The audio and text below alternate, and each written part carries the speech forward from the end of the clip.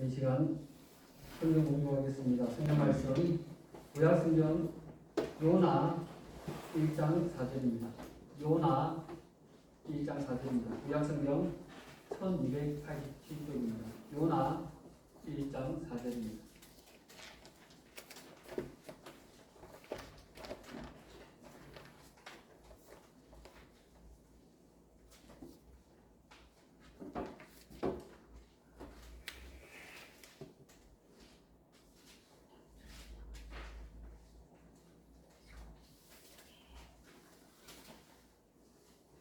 다 같이 한 목소리로 한번 읽어보겠습니다.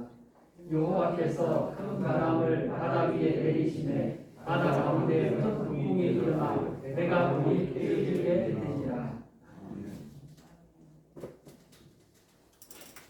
네, 오늘은 요나 1장 4절의 말씀을 통해서 인생의 큰 폭풍을 만날 때 이런 제목의 말씀을 증거하겠습니다.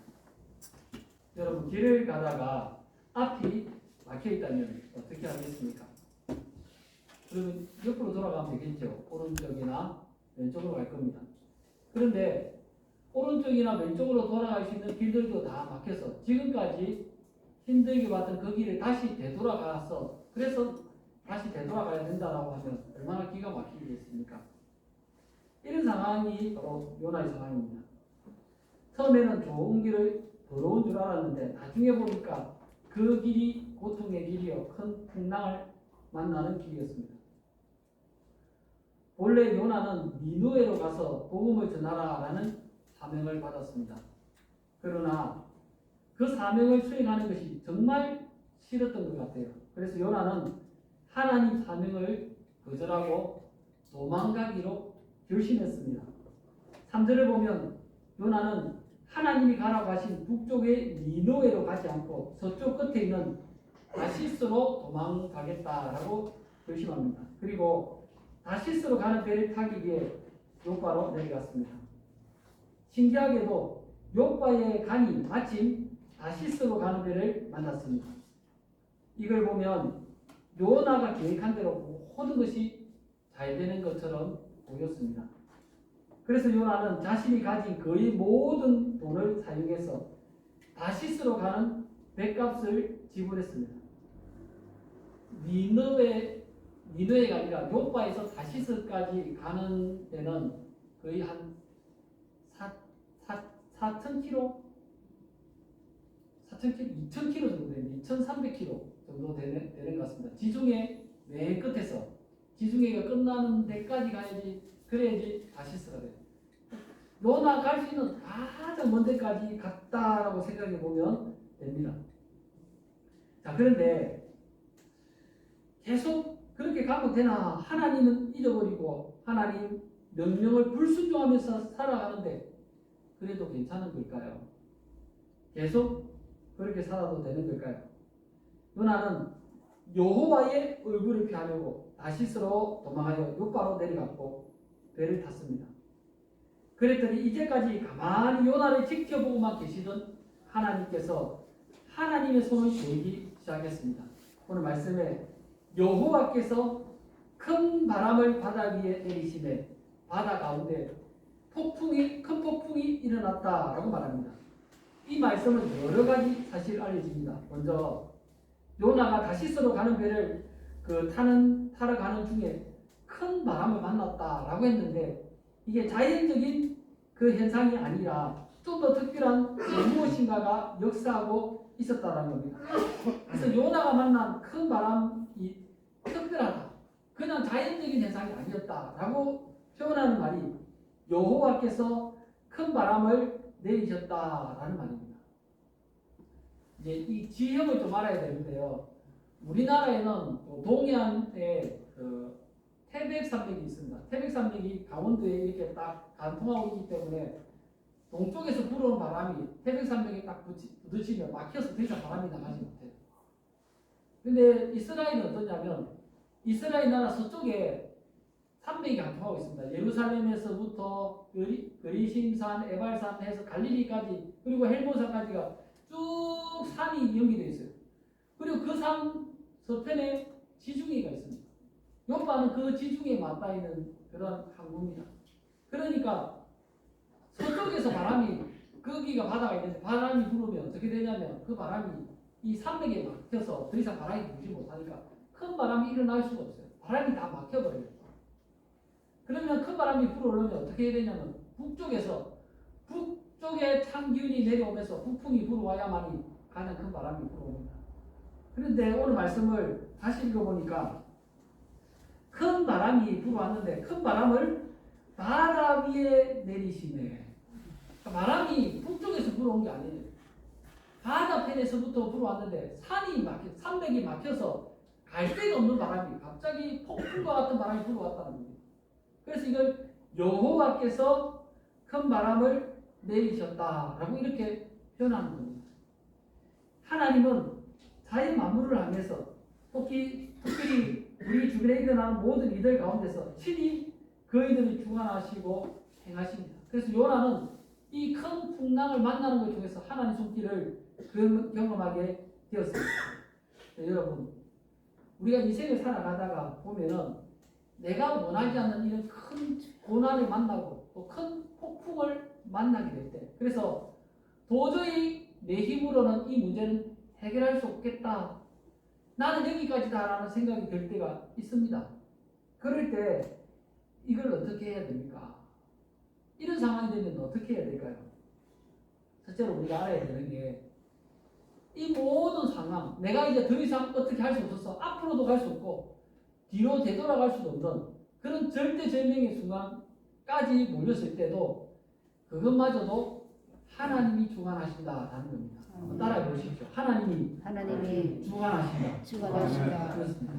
하나님이 여전히 이걸 컨트롤하고 계십니다. 고대 이방인들은 폭풍이 어떻게 일어난다고 생각했냐면 신들이 서로 활동을 하면서 알력의 다툼을 하기도 하고 어떤 활동을 할 때 그때 폭풍이 일어난다고 생각했습니다. 근데 요나는 뭐라고 표현하냐면 하나님께서 내리셨다라고 말합니다.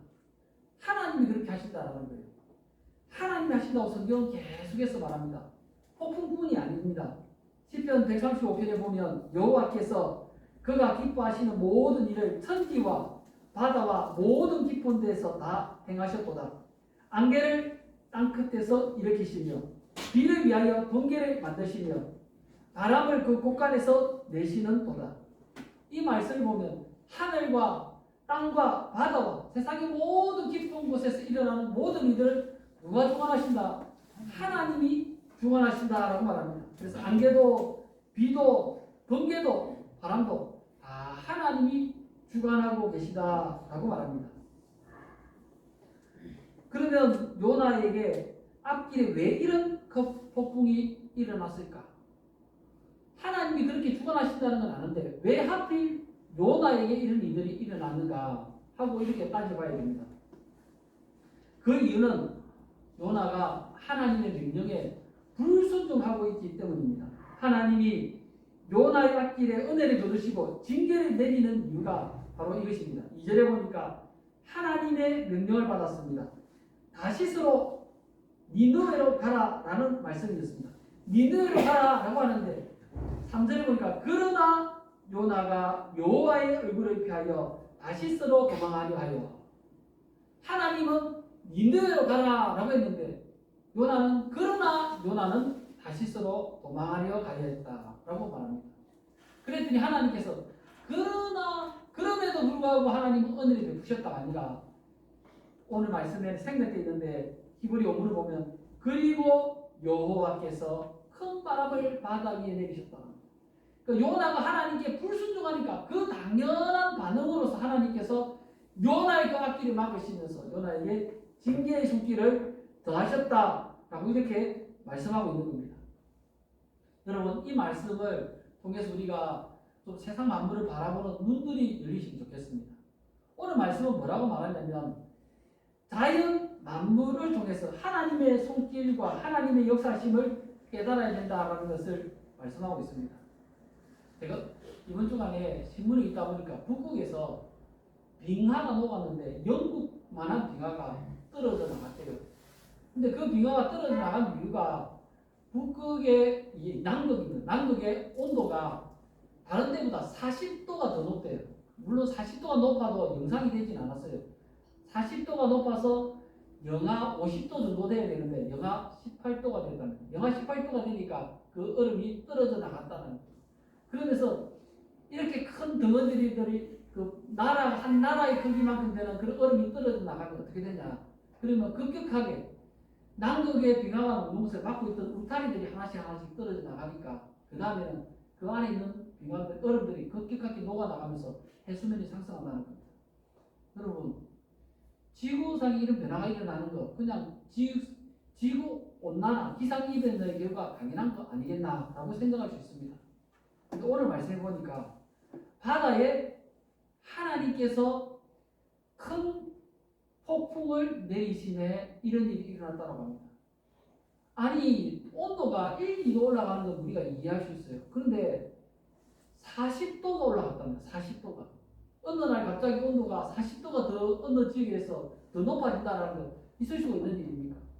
근데 왜 이런 일이 일어났나라고 하니까 남극 위에 따뜻한 바람이 불어가는 그런 기압의 그 지류가 형성되어 있대요. 그래서 그 지류가 형성되면서 그 밑에 있는 얼음들이 자꾸 녹아나간다라는 이야기를 합니다. 한 번만 녹는 게 아니고 계속 녹는 거예요. 이런 이들을 두고서 누가 하신다? 여호와께서 그렇게 하신다.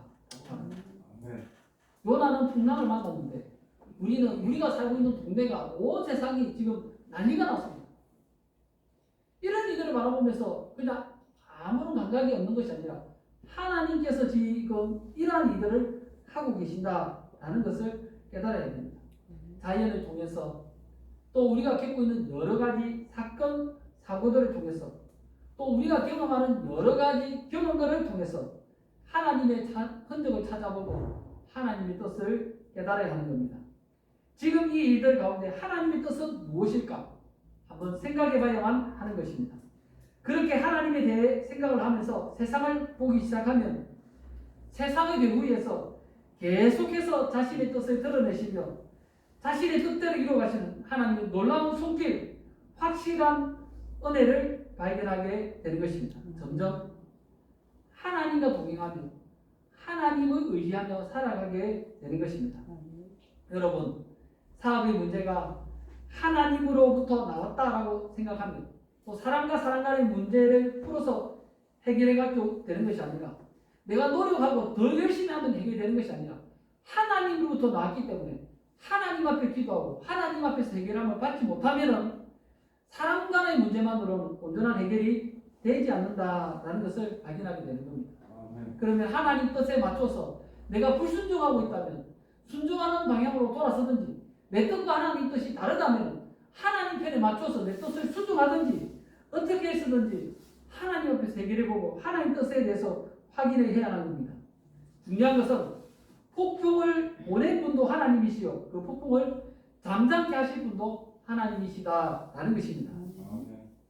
여러분, 하나님 앞에 나올 때 하나님은 여러분의 인생의 문제들에 대해서 다 알고 계시고 그것들에 대해 도움을 구하며 또 순종하며 응답을 받고 능력을 받으며 나아갈 수 있습니다. 하나님은 우리의 인생의 목표, 인생의 폭풍들, 우리의 인생에 마주하는 여러 가지 일들을 하나님 앞에 아뢰어 기도할 때 그걸 그냥 외면하시는 분이 아닙니다. 바로 하나님이 그걸 해결할 수 있는 능력자이십니다. 내가 스스로 해결할 수 없었던 여러 가지 문제들을 하나씩 풀려가기 시작하는 것을 경험하시기 바랍니다. 바로 하나님이 그 문제를 해결하는 열쇠를 쥐고 계십니다. 그래서 우리가 자연 만물을 바라볼 때 내게 일어난 일들, 지금 세상에 일어나고 있는 일들, 이 여러 가지 일들 그 배후에서 여전히 하나님이 주관하고 계신다라는 사실을 깨달아야 하는 겁니다.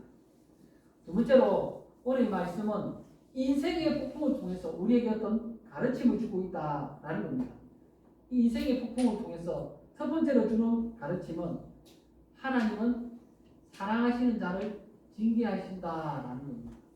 여러분, 자녀를 키워보면 내 자녀가 아닌 남의 자녀들을 위해서는 그 자녀가 뭔가 잘못해도 별로 신경을 쓰지 않습니다. 그래서 요즘에 어린아이 고등학생들이 담배를 피거나 싸우거나 하면 어른들이 가서 함부로 이제 놀아하지 말고 그냥 먼저 지나가나 합니다. 예전에는 그래도 보면 니로 이렇게 하면 안 되지 하고 나무랐는데 요즘 아이들이 그렇게 하면 왜 남의 일에 간섭하냐면서 오히려 달려들고 또 오히려 어른들을 때리기도 한대요. 그런 일들이 막 일어난답니다.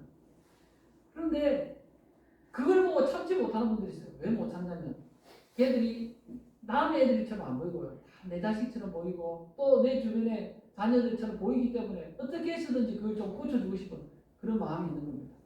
만약 그게 남의 자녀가 아니고 내 자녀가 그렇게 한다면 어떻게 하겠습니까? 내 동생이 또 내 가족이 뭔가 잘못된 걸 계속하고 있다면 그거는 그냥 남의 일처럼 구경만 하고 있는 게 아니라 어떻게 해서든지 그걸 고쳐주고 거기서 벗어날 수 있도록 도와주려고 할 겁니다. 왜냐하면 사랑하기 때문입니다. 하나님도 마찬가지입니다. 하나님은 그 사랑하시는 자녀를 징계하신다라고 잠언에 말씀하고 있습니다. 왜 그렇게 하냐면 그렇게 징계함을 통해서 하나님이 기뻐하시는 그 모습으로 이끌어주려 하는 것입니다. 하나님의 자녀 요나가 하나님 말씀에 불순종할 때 하나님은 큰 폭풍을 통해서 요나의 길을 바로 잡으셨습니다. 내게 일어나는 여러 가지 일들 그 위에 하나님의 손길이 있습니다. 그 손길이 때로는 내 인생을 향해서 은혜를 베푸시고 축복도 주시고 구원을 베풀어 주시고 필요한 것을 공급해 주시기도 하지만 어떤 때는 하나님의 은혜를 저버리고 불순종할 때 또 하나님 원하시는 것을 깨닫지 못할 때 인생의 고통을 경험하고 넘치 못할 큰 산을 만나게 하며 죽음과 같은 거친 바다의 풍랑에 빠지게 되는 것입니다. 하나님이 내게 이런 일들을 허락하셨다면 분명 무슨 뜻이 있을 겁니다. 세상에 이런 일들이 일어났다면 분명 무슨 뜻이 있을 겁니다.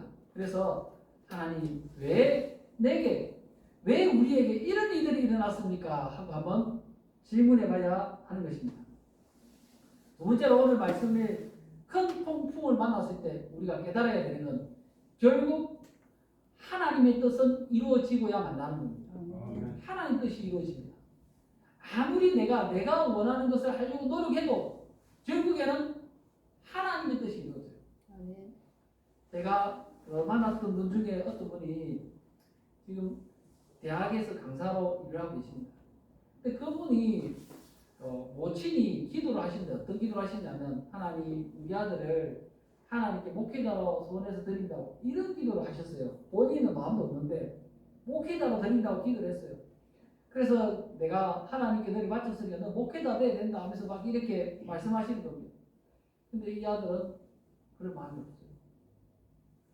목회자 될 마음 없고 그냥 나는 이 대학에서 공부나 하고 학생들 가르치면서 이렇게 지내겠다는데 이상하게 길이 안 열립니다. 계속해서 대학에서 가르치고 학생들 가르치고 나름대로 그분의 실력은 있는데 강사밖에 안 되는 거예요.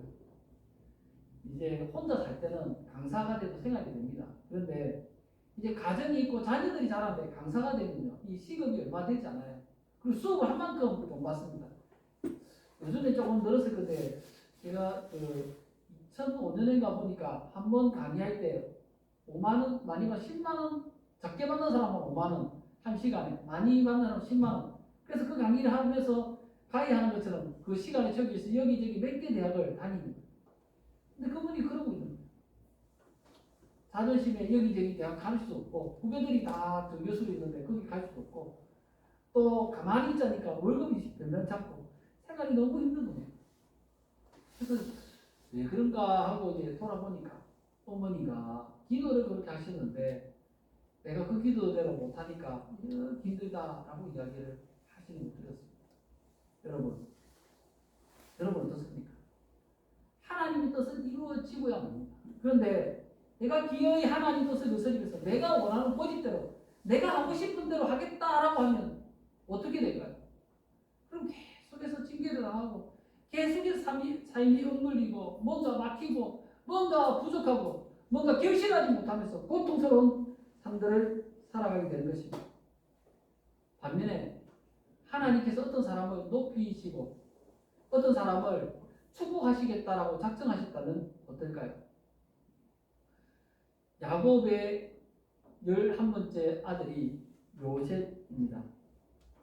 야곱의 11번째 아들이 왜 중요하냐면 그 아들이 라헬이 낳은 아들이에요. 야곱에게 부인이 4명이 있었는데 그 중에서 야곱이 제일 사랑했던 부인이 라헬입니다. 그리고 그 부인이 일찍 죽었어요. 그래서 그 부인을 생각하면서 요셉을 정말 사랑했는데 그 아들에게는 자녀가 많은데도 불구하고 그 아들에게만 좋은 옷을 입히고 그 아들은 들에도 내보내지 않고 집에서 늘 키웠습니다. 근데 어느 날 이 아들이 무슨 이야기를 하냐면 하나님이 꿈에 내가 지도자가 되는 꿈을 보여주셨다. 그래서 내가 지도자가 될 거다. 그리고 형들은 전부 다 내게 전하게 될 거다. 나라를 섬기게 될 거다. 라고 이렇게 말하는 겁니다. 평소에 형들이 들판에 가서 일하는데 이 11번째 요셉은 일도 하지 않고 옷도 혼자서 좋은 옷 입고 아버지 집에서 맛있는 음식 먹으러 지내는 게 눈에 보기 싫었는데 그딴 말을 하면서 형들의 화를 돋우니까 형들이 기회만 있으면 한번 혼내주겠다라고 했습니다. 근데 이 마음이 점점 커지니까 이제는 저게 기회만 있으면 언제 죽여버리겠다라고 말했어요. 그러던 어느 날 야곱이 요셉을 보내서 형들에게 이걸 갖다 주고 형들에게 소식을 전하고 와라 하면서 보냈습니다. 그래서 멀리 형들을 찾아다니다가 결국 들판에서 양을 치는 형들을 만났습니다. 그런데 동생이 오는데 이 형들이 어떻게 말하냐면 야 저거 우리 죽여버리자. 그렇게 말한 거예요. 죽여버리자. 그러면서 요셉을 구덩이에 집어던졌습니다. 여러분 우물에 던진다고 우리나라에서 우물에 빠져서 사람이 안 죽잖아요. 근데 팔레스타인에서는 우물이 떨어지면 죽을 수 있는 우물입니다. 왜냐하면 물이 적어도 10m 이상, 깊게는 15m, 20m를 파야지 물이 나와요. 그러니까 우물이 굉장히 깊은 거예요. 그런 우물에 떨어지면 20m 떨어져서 생각해 보십시오. 사람이 멀쩡할 수 있습니까? 요셉을 거기다 지금 우물에다 집어 던져놓으니까 그냥 떨어져 죽을 수 있는 그런 상황입니다. 근데도 하나님 돌보시니까 안 죽었어요. 그러면서 그렇게 해놓고 뭐라고 하냐면 저걸 죽여놓고 저것이 말한 지도자가 된다고 했는데 그 꿈이 어떻게 되는가 보자. 그랬더니 또 형제 중에 또 한 명이 야 어찌 그래도 동생을 죽이냐 차라리 팔자 하면서 애굽으로 가는 노예사들이 그 동생을 팔아버렸습니다. 세월이 지나고 보니까요. 결국 이 요셉이 고생하면서 지냈지만은 애굽의 총리가 되고요. 그리고 그 총리가 된 요셉 앞에 형들이 곡식을 구하러 와서 절을 하고 있습니다. 그러면서 요셉이 고백했던 그 꿈, 하나님이 알려주셨던 그 꿈이 그대로 이루어졌습니다. 꿈이 이루어지고야 마는 겁니다. 그 꿈은 하나님이 주셨던 꿈이고 하나님의 뜻이 담겨있는 꿈이었기 때문에 그대로 이루어지고야 말았던 것입니다. 여러분, 하나님이 여러분 각자 앞에서 어떤 꿈을 가지고 계시고 어떤 마음을 품고 계신다면 그 마음은 이루어지고야 말 겁니다. 그래서 우리가 하나님의 뜻을 자꾸 거스리면서 하나님 저 그거 싫은데요. 전 안 하려고 합니다. 전 다른 거 하고 싶어요. 자꾸 이렇게 말하면 그 삶이 고달파지는 거예요. 그럼 이 문제를 해결하는 방법이 뭐겠습니까? 재빨리 하나님 항복하는 거예요. 하나님 제가 잘못했습니다. 이제라도 하나님 뜻대로 하겠습니다. 하나님 말씀대로 순종하겠습니다. 하나님이 도와주십시오. 어떻게 할지 알려주십시오. 이렇게 도움을 요청해야 됩니다. 그래야만이 문제가 해결되는 것입니다. 그래서 우리가 내가 아무리 고집을 피워도 하나님 뜻이 이루어지고야 만다라는 것을 생각할 때 하나님이 내게 향한 뜻이 무엇인가 우리 각자 질문해 봐야 돼요. 하나님 뜻을 모르면서 내가 열심히 내면요. 그 열심히 아무런 결실을 못합니다. 헛수고하는 겁니다. 하나님이 내게 원하시는 것, 하나님이 내게 가라고 하는 것, 하나님이 내게 이루라고 하는 것, 그걸 하지 않으면서 내가 원하는 것만 하고 있으면 계속해서 헛바퀴를 도는 거예요. 계속해서 수고를 하는데 그 자리에 벗어나지 못합니다. 왜냐하면 하나님이 나를 붙들고 계시기 때문에 벗어날 수가 없는 거예요. 그럼 어떻게 하면 되겠습니까? 사람들이 이 사람에게 찾아가서 나 좀 도와달라고, 이것 좀 해결해달라고, 저 사람에 가서 어떻게 해달라고, 아니면 내가 열심히 노력했으니까 이게 해결되겠지. 절대 해결되지 않습니다. 그 문제는 하나님 앞에 내가 해결함을 받아야 됩니다. 하나님이 내게 길을 열어주셔야 되고 하나님이 내게 원하시는 것, 그것을 하나님이 바꾸시지 않았다면 내가 하나님께 맞춰서 따라가야 돼요. 그래서 내가 못하겠다고 생각했더니 하나님께 기도하면 하나님 나 이거 할 수 없습니다. 도와주세요. 라고 말할 때 하나님이 야 너 가지 마라. 그럼 이리 가라. 라고 말하면 그리 가면 되겠지만 성경의 하나님은 뜻을 그냥 쉽게 바꾸시는 분이 아니에요. 하나님 뜻을 정하셨으면 사람이 따라가야 돼요. 그래서 우리가 하나님 뜻을 따라가야만이 우리가 원하는 것들도 이루어질 수 있다라는 것을 꼭 깨달으시기를 바랍니다. 또 우리가 이 말씀을 통해서 큰 폭풍을 만난 사람들을 통해서 깨달아야 될 게 있는데요. 이게 진짜 중요합니다. 큰 폭풍은 혼자만 만나는 게 아닙니다. 한 사람 불순종하는 사람 때문에 주변의 모든 사람들도 큰 폭풍을 만난다는 이게 진짜 두려운 겁니다.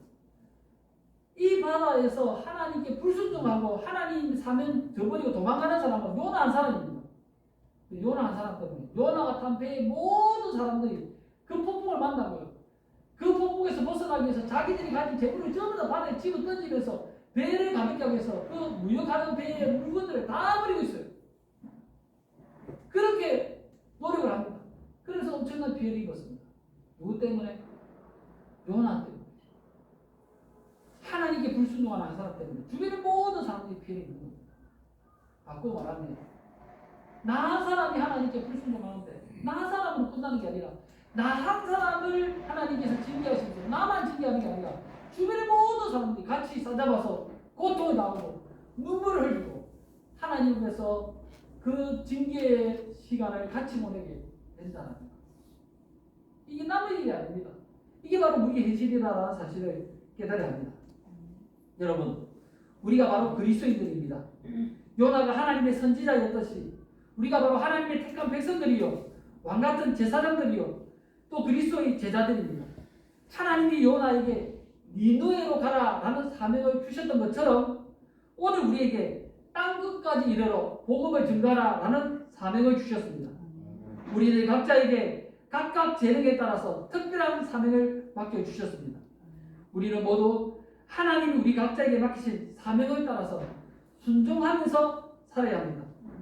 만일 내가 하나님이 주신 명령을 거절하고 내 마음대로 살아가려고 하면 나 때문에 우리 가족들이 고통을 당하게 되고 나 때문에 우리 회사 동료들이 고통을 당하게 되고 나 때문에 우리 지역이 어려움을 겪게 되고 나 때문에 우리나라와 세계가 환난을 겪게 되는 것입니다. 나 한 사람 죽이야 괜찮겠지라고 하는 아니란 생각 때문에 계속해서 불순종하고 계속해서 내가 살고 싶은 대로 살아간다면 하나님의 징계의 손길은 끝나지 않는 것입니다. 점점 더 강력한 징계의 손길을 경험하게 되는 것입니다. 여러분, 요나 한 사람이 어떤 영향을 미쳤나 그의 역사가 증가하고 있어요. 북쪽 이스라엘은 완전히 멸망하듯이 인종이 그냥 사라져버렸어요. 혼합되면서 민족의 그 순수성이 사라져버렸습니다. 왜 그리 됐을까? 여기서 찾아볼 수 있습니다. 요나가 하나님 말씀을 그렇게 듣기 싫어했어요. 그렇게 순종하기 싫어하고 하나님이 가라고 해도 억지로 안 가려고 버티다가 마지 못해서 나중에 가서 성의 없이 복음을 한 번만 딱 전하고 나왔습니다. 그런데도 니느웨 성은 회개를 했어요. 멸망을 하지 않았어요. 그 이후에 어떻게 됐냐면 니느웨가 다시 강성해져서 그 아수르 제국이 이스라엘에 침범해 왔습니다. 근데 요나가 니느웨 사람들을 얼마나 천하게 되었냐면 회개라, 그렇지 않으면 너희 이 성이 멸망한다라고 딱 한 번만 말하고 그냥 지나가 버렸어요. 그랬더니 아수르 사람들, 이스라엘 사람들을 완전히 멸족시키겠다 하고 민족을 말살시켜 버렸습니다. 요나가 한 그대로 더 독하게 복수를 합니다. 만약 요나가 최선을 다해서 그들의 죄를 회개하고 돌아올 수 있는 기회를 열어주었다면 그렇다면 이스라엘이 그렇게 엄청난 피해를 겪지 않았을지도 모릅니다. 요나가 악하게 되었더니 그들은 몇 배, 몇 천 배 더 악하게 요나 한 사람이 한 것이 아니라 그 민족을 그렇게 말살하듯이 그렇게 돼버리고 한 사람의 죄가 한 사람의 불순종이 나 한 사람으로 끝나지 않았어요. 그게 이스라엘 민족 전체에게 영향을 미치고요. 북쪽에 살고 있는 수많은 사람들이 그 피해를 고소하게 함께 되었습니다. 우리는 그리스도인입니다. 나 한 사람이 어떻게 살아가는 것이 왜 그렇게 중요합니까? 왜냐하면 나 한 사람 때문에 우리 가족이 영향을 받고 나 한 사람 때문에 내 주변에 있는 모든 관계하는 사람들이 영향을 받고 우리가 살고 있는 지역과 나라가 세계가 영향을 받기 때문입니다. 하나님의 축복을 받기도 하지만 저주를 받고 멸망을 당할 수도 있는 것입니다. 우리 한 사람이 중요합니다. 하나님 앞에서 온 세상을 주관하시는 하나님, 그 하나님이 세상의 모든 만물들보다도 한 사람 하나님을 섬기는 사람, 그 사람을 귀하게 바라보면서 천하 만민보다 귀한 여러분 한 사람을 보고 계시다는 사실을 기억하시고 하나님이 내게 어떤 뜻을 품으셨어요. 하나님이 내게 뭔가를 이루려고 하셔요. 그렇다면 그 뜻을 이루어드리기 위해서 의미 있게 나가시기 바랍니다. 여러분 주변에 여러분보다 능력 있고 더 실력 있고 더 영향력 있는 사람들이 많이 있을 겁니다. 그런데 하나님 앞에 그들은 없는 것 같은 존재입니다.